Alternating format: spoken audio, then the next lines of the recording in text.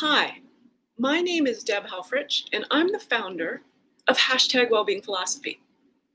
I'm also becoming a stand-up philosopher after turning 50 as the persona #redheaded She-Hulk.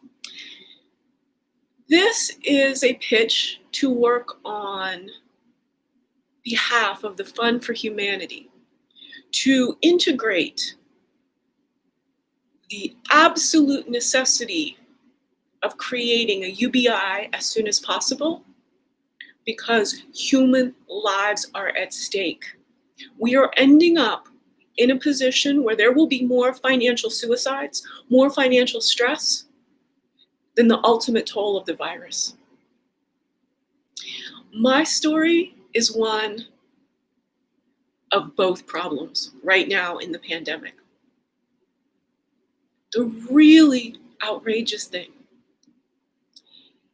is that I figured out how to lose 150 pounds in the 15 months after turning 50. That brought us to the pandemic. I spent every penny I ever earned as a payroll software implementation consultant to figure out how to stay alive using my brain. I had a toxic mold exposure that came in on top of being morbidly obese since I was a toddler. These health crises are intertwined with cancers and all of these chronic diseases that are just constantly escalating. I've discovered a way to use philosophy and cutting-edge science to help us see beyond the paradigms of the current Western medicine, pharmaceutical, greed-based system to create a way to use the power of the placebo effect to actually create placebo tools. That's how I've been reversing the mold dysfunction and lost an entire person, evaporated weight as if it was the most pleasurable thing I've ever done.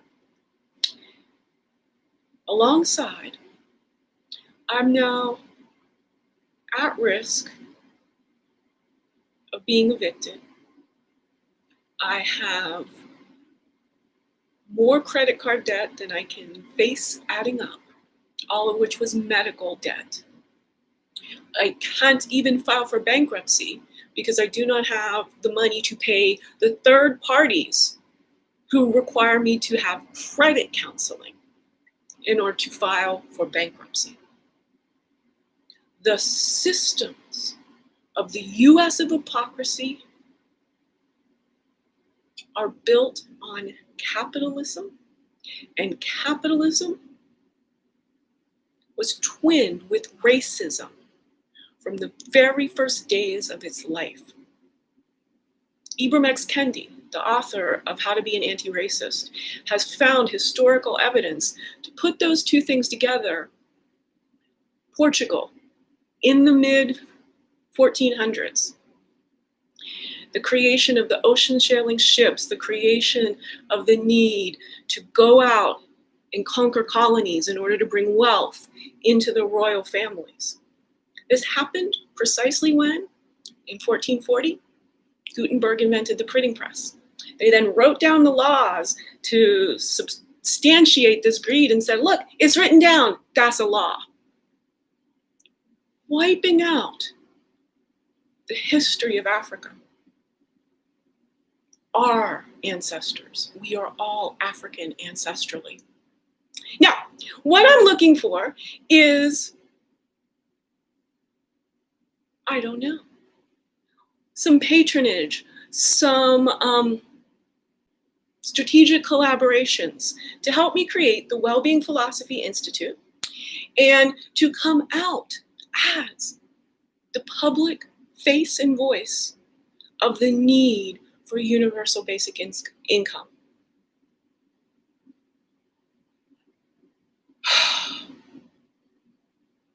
The flubs, they come along.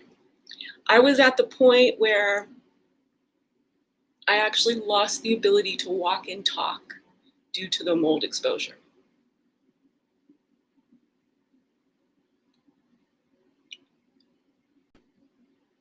Mold toxicity, on top of being morbidly obese my whole life, put a person who really didn't have many friends into a place of becoming utterly isolated from all humans. The smells of cigarettes and the pollution of combustion, the petrochemical toxic smells of dryer sheets, these are all actually the effects of global warming. It's carbon, excess carbon in our near-in environment, and it creates a human being who can't do anything but feel threatened. I mean, we know when we're thirsty, we know when we're hungry. Most assuredly, whether we talk about it in our society or not, our bodies have sensors that sense when there's too much carbon in the air that we're going to breathe over the next 90 seconds. This has been a mini performance of the sort of performance that I like to do as a stand-up philosopher. This is my calling in life, I feel, is to talk vulnerably and openly about the way all of our intractable problems fit together, and they all come down to, in all truthful honesty. There are many videos on my YouTube channel attesting that this has been my belief for quite some time.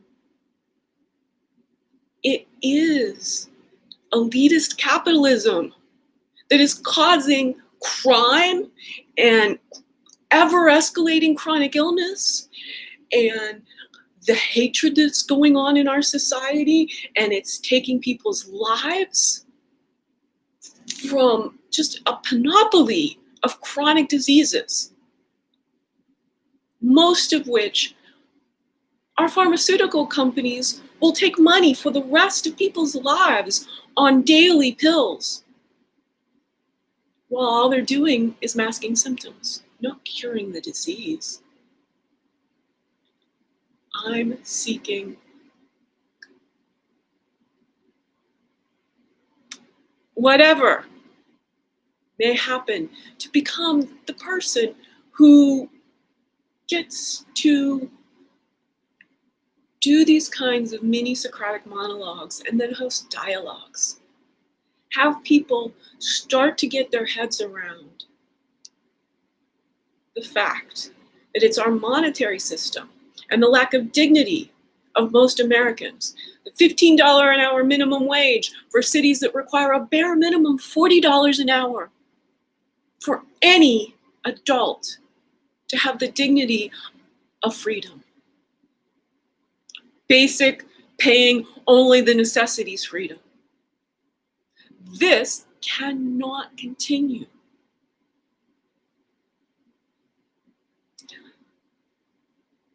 I'm not quite sure how to make this all happen. I know that I have skin in the game. I know that I am not scared to say that I am destitute and on the verge of homelessness because the American capitalistic machine demands that humans are able to work every day of their life, minus just 2 weeks a year, when everything that's happening in our society and our civilization is making us all chronically ill. Let me be the person to become this stand-up truth teller who then has some solutions. I call it life-centric thinking. And basically, everything that we know and what we think is the truth, it's all based on stuff. And stuff doesn't move. Stuff doesn't need to rest. Life, from single-cell amoebas up to humans, all works on cycles and seasons and dynamic flexibility. Life-centric thinking, I see it becoming a sort of billionaire pledge where they're all going to give their stuff away to charity. We don't want the world that exists when only billionaires fund their pet projects. We don't want that. Life-centric thinking means, first, do no harm to any molecule of life. If we get that circulating and we get adults in every domain across the globe, this is a global movement, hashtag wellbeing philosophy. When that starts to happen and all adults who are responsible for our species being at the tipping point of self-extinction start to make life-centric decisions, bit by bit by bit, if we all start saying, we must keep people alive, that's non-negotiable. Imagine how every bit of our civilization starts to become far more humane. In fact, it's the key strategy to making human civilization humane for the first time. So I'm appealing to the Fund for Humanity to figure out how we might form a strategic collaboration to help me just get some stability and a roof over my head. And then I'm going to ensure that our species learns how to make clear, anti-racist, life-centric thinking about human potential a necessary global good. Thank you for listening. This has been debhelfrich. debhelfrich@gmail is how we can set up a Zoom and figure out where we align in our missions to make humanity